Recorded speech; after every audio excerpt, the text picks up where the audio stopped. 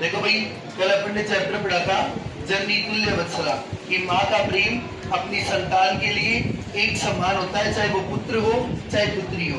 अभी 2 पैराग्राफ हमने पढ़े थे। पहले पैराग्राफ में बताया था कि कोई किसान था जो अपने खेत में अपने दोनों बैलों के माध्यम से जुताई का काम कर रहा था। अब जो 2 बैल थे जिनके माध्यम से जुताई का काम कर रहा था, उन दोनों में से एक शरीर से दुर्बल और तेज गति से चलने में क्या था, सक्षम नहीं था, असमर्थ था। अब देखो क्या होता है, अब कितना चल रहा था, अब वो जब तेज गति से नहीं चल रहा है तो किसान उसको क्या कर रहा है, बार बार कष्ट दे रहा है, उसे धकेल रहा है। अब वो हल्के वजन को उठाने में असमर्थ है, क्योंकि वो शरीर से क्या है, बड़ा कमजोर है, इसलिए वो हल को लेकर के खेत में क्या करता है, गिर जाता है। अब किसान बड़ा क्रोधित हो जाता है और क्रोधित किसान उसे उठाने का प्रयास करता है, लेकिन फिर भी बैल नहीं उठता। ये तो था अपना फर्स्ट पैराग्राफ। फिर सेकंड पैराग्राफ में हमने कहा था कि पृथ्वी पर या धरती पर गिरे हुए अपने पुत्र को देख करके भगवान इंद्र भी उधरी है और माँ सुरभि भी उधरी है। तो माता सुरभि की आंखों से आंसू बहने लगते हैं। अब सुरभि की ऐसी पोजीशन देखकर, ऐसी अवस्था देखकर भगवान इंद्र उनसे पूछते हैं कि अरे सुबह, तुम इस तरह से क्यों रो रही हो, ऐसा मुझे बताओ। कल इतना हो गया था, अब आगे देखना क्या कहती है माता सुरभि। देखो बेटा, वी निपातो न वह कश्चित दृश्यते त्रिदशादीप अहम तु पुत्रम सोचामि तेन रोदिनी कोशिका। बहुत अच्छी बात कही है इसने।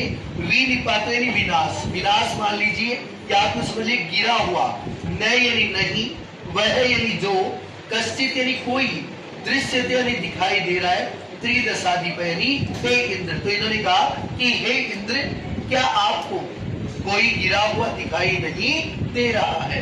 क्या कह रही है माता सुरभि, कहती है कि हे इंद्र, क्या आपको कोई गिरा हुआ दिखाई नहीं दे रहा है। बोलो पहले इतना, क्या कहा कि हे इंद्र, क्या आपको कोई गिरा हुआ दिखाई नहीं दे रहा है। फिर आगे क्या लिखा है, अहम यानी मैं, तू यानी तो, पुत्र मेरी पुत्र के लिए, सोचामी यानी दुखी। अब ये कह रही है कि मैं तो पुत्र के लिए दुखी हूं, मैं तो पुत्र के लिए दुखी हूं, तेन यानी उसके लिए, रोदिमी यानी रो रही हूं, कौशिक यानी हे इंद्र। इन्होंने कहा कि हे इंद्र, मैं तो अपने पुत्र के लिए दुखी हूं और उसी के कारण मैं रो रही हूं। अब पूरे पैराग्राफ का देखना, माता सुरभि क्या जवाब देती है बेटा, वो कहती कि हे इंद्र, क्या आपको कोई गिरा हुआ दिखाई नहीं दे रहा है, मैं तो अपने पुत्र के लिए दुखी हूं और उसी के कारण मैं रो रही हूं। बोलो कर लोगे, अरे कर लोगे क्या? इन्होंने क्या कहा है कि हे इंद्र, क्या आपको कोई गिरा हुआ दिखाई नहीं दे रहा है, मैं तो अपने पुत्र के लिए दुखी हूं और उसी के कारण मैं रो रही हूं। बोलो कर लोगे। अब अगले पैराग्राफ में देखो, बहुत प्यारी बात कही है, वो यानी हे, वासव यानी इंद्र। तो इन्होंने कहा हे इंद्र, पुत्र से पुत्र की दैन्य मेरी दीनता या कमजोरी को दृष्टवा यानी देख करके, अहम यानी मैं, रोदिमी यानी रो रही हूं। ये बताती है क्या कि हे इंद्र, पुत्र की दीनता को, पुत्र की दुर्बलता को या पुत्र की कमजोरी को देख करके मैं रो रही हूँ। क्या कहती है माता सुरभि कि हे इंद्र, मेरा जो ये पुत्र है ये बड़ा क्या है, कमजोर है, बॉडी में जो पावर होना चाहिए वो पावर नहीं है, इसके कारण मैं क्या हूँ, बड़ी दुखी हूँ। फिर आगे देखो क्या कहा है, सह यानी वह है, दीन यानी दुर्बल है, इति यानी ऐसा, जानक अपनी जान कर भी, त्रिस्क यानी किसान, तम यानी उसे, बहुधा यानी अनेक तरह से, पीड़ित यानी कष्ट दे रहा है। अब क्या कहा इसने कि वह दुर्बल है, वह दुर्बल है, यह जानकर भी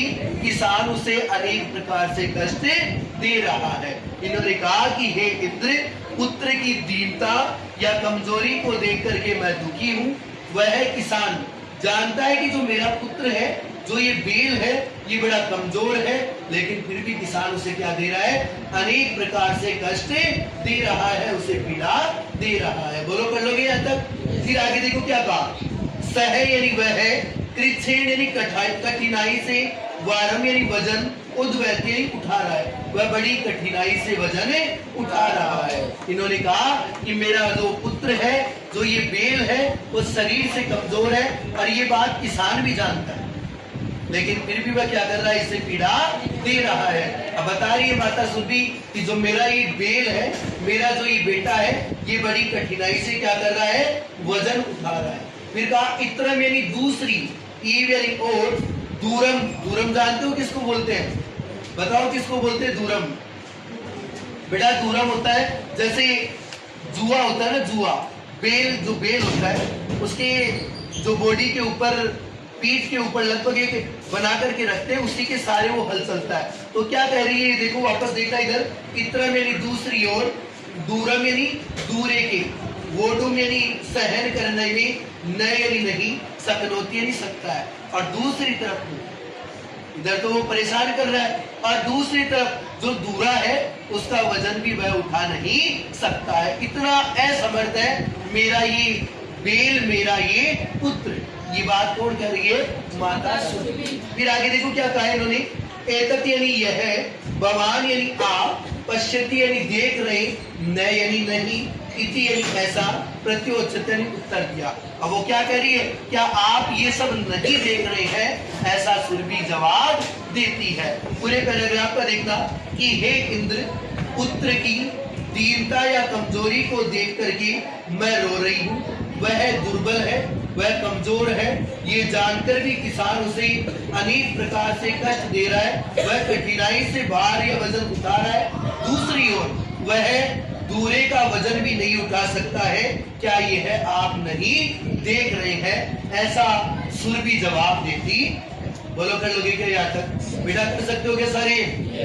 आगे क्या कहा देखो, भद्रे यानी कल्याण हो, नूनम यानी निश्चय, ये कह रहे कि अरे तेरा कल्याण हो, मैं निश्चय ही ये सब देख रहा हूँ, मैं क्या कर रहा हूँ, निश्चय ही ये सब देख रहा हूँ, क्योंकि भाई भगवान इंद्र थे, बेटा ऐसा तो है नहीं, भगवान इंद्र के सामने सब कुछ हो रहा है तो वो अंधे तो है नहीं, वो सब कुछ देख रहे हैं, लेकिन वो माता सुरभि से सारा वृतांत, सारा घटनाक्रम जानना चाहते हैं कि किस कारण से दुखी ये हो क्या रहा है। तो वो कहते हैं कि हाँ मैं निश्चय ही ये सब देख रहा हूँ। फिर क्या कह रहे देखो, सहस्त्र यानी हजारों से, अधिकेश्वर यानी ज्यादा, पुत्रेश्वर यानी पुत्र, सत्सोपी यानी होते हुए भी, तब यानी तुम्हारा, अस्मिन यानी इसमें ही, एतादृशम यानी ऐसा, वात्सल्यम यानी प्रेम, कथम यानी क्यों है।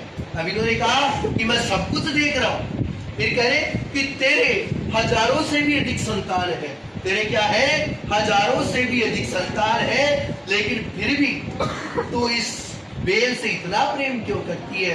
ये बात भगवान इंद्र सुरभि से पूछते हैं। क्या कहते हैं कि हाँ मैं निश्चय ही सब कुछ देख रहा हूँ। फिर कह रहे कि हजारों से भी अधिक पुत्र या संतान के होते हुए भी तेरा इस पुत्र से इतना प्रेम करने का क्या कारण है, या तू इस पुत्र से इतना प्रेम क्यों करती है। बोलो कर लोगे क्या यहाँ तक। इन्होंने कहा है कि हजारों से भी अधिक पुत्र या संतान होते हुए भी आप इस बेल से इतना प्रेम किस कारण या क्यों कर रहे हो।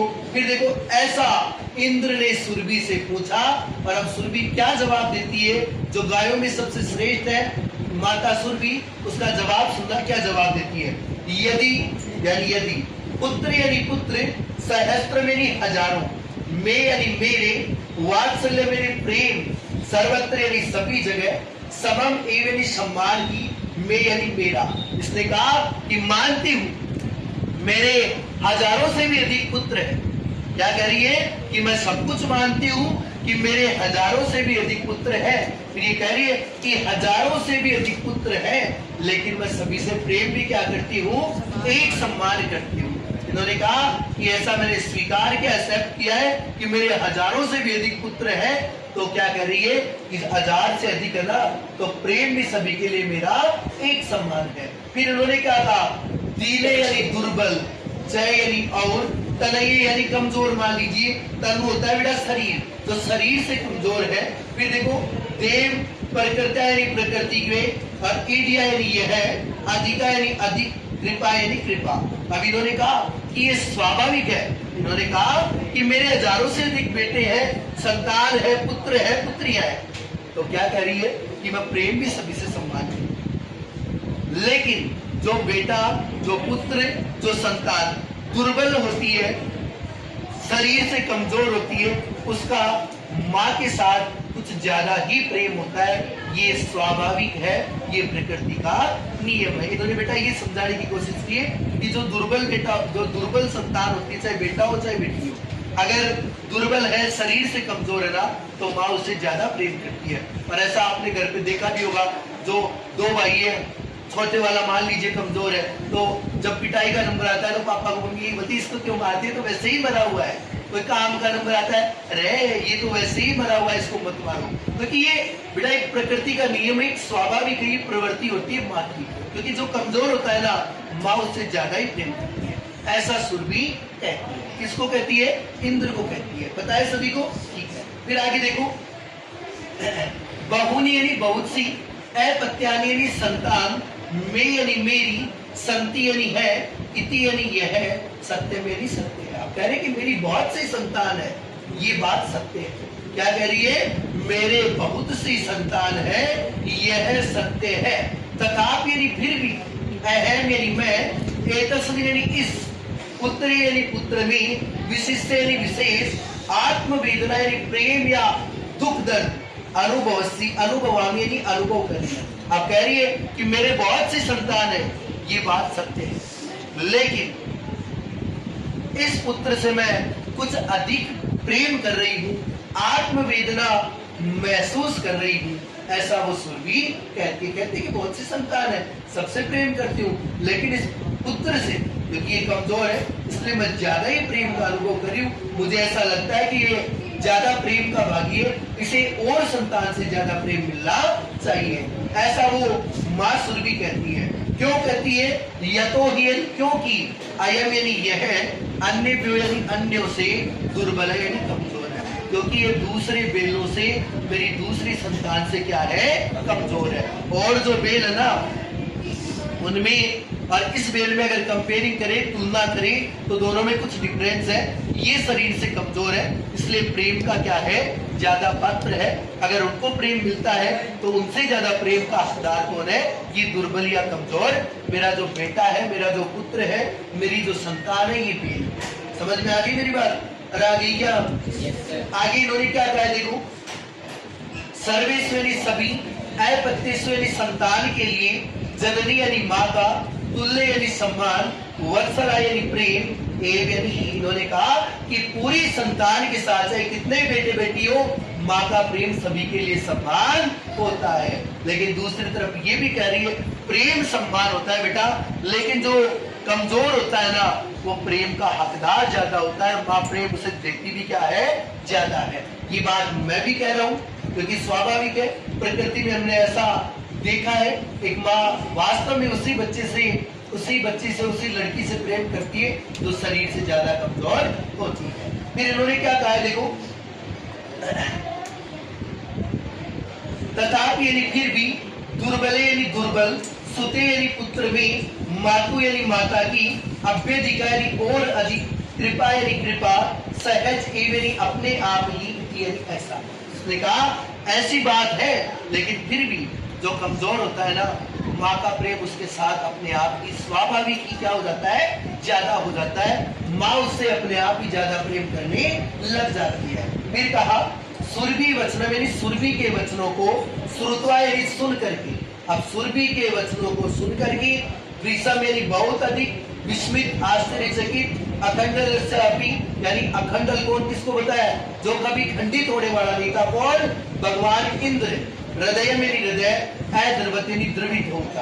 अब ये बातें सुन करके, जिसका हृदय कभी खंडित होने वाला नहीं था, ऐसे भगवान इंद्र भी क्या करने लग जाते हैं? बड़े द्रवित हो जाते हैं, उनकी आंखों में भी आंसू आ जाते हैं। फिर क्या कहा देखो, स यानी वह, च यानी और, ताम एवं उसे ही, शांत व्यक्ति सांत्वना देते हुए, अब वो उसे सांत्वना देते हुए कहते, गच्छ वत्सली जाओ पुत्री, भद्रम सर्वम जाए, सब कुछ ठीक होगा। ये बात क्या कहते हैं? भगवान इंद्र का हृदय द्रवित हो उठता है, और वो उस सुरभि को कहते हैं, उनकी आंखों में भी आंसू आ रहे, और वो कहते कि पुत्री चिंता मत कर, जा तू तो सब कुछ ठीक होगा। ये बात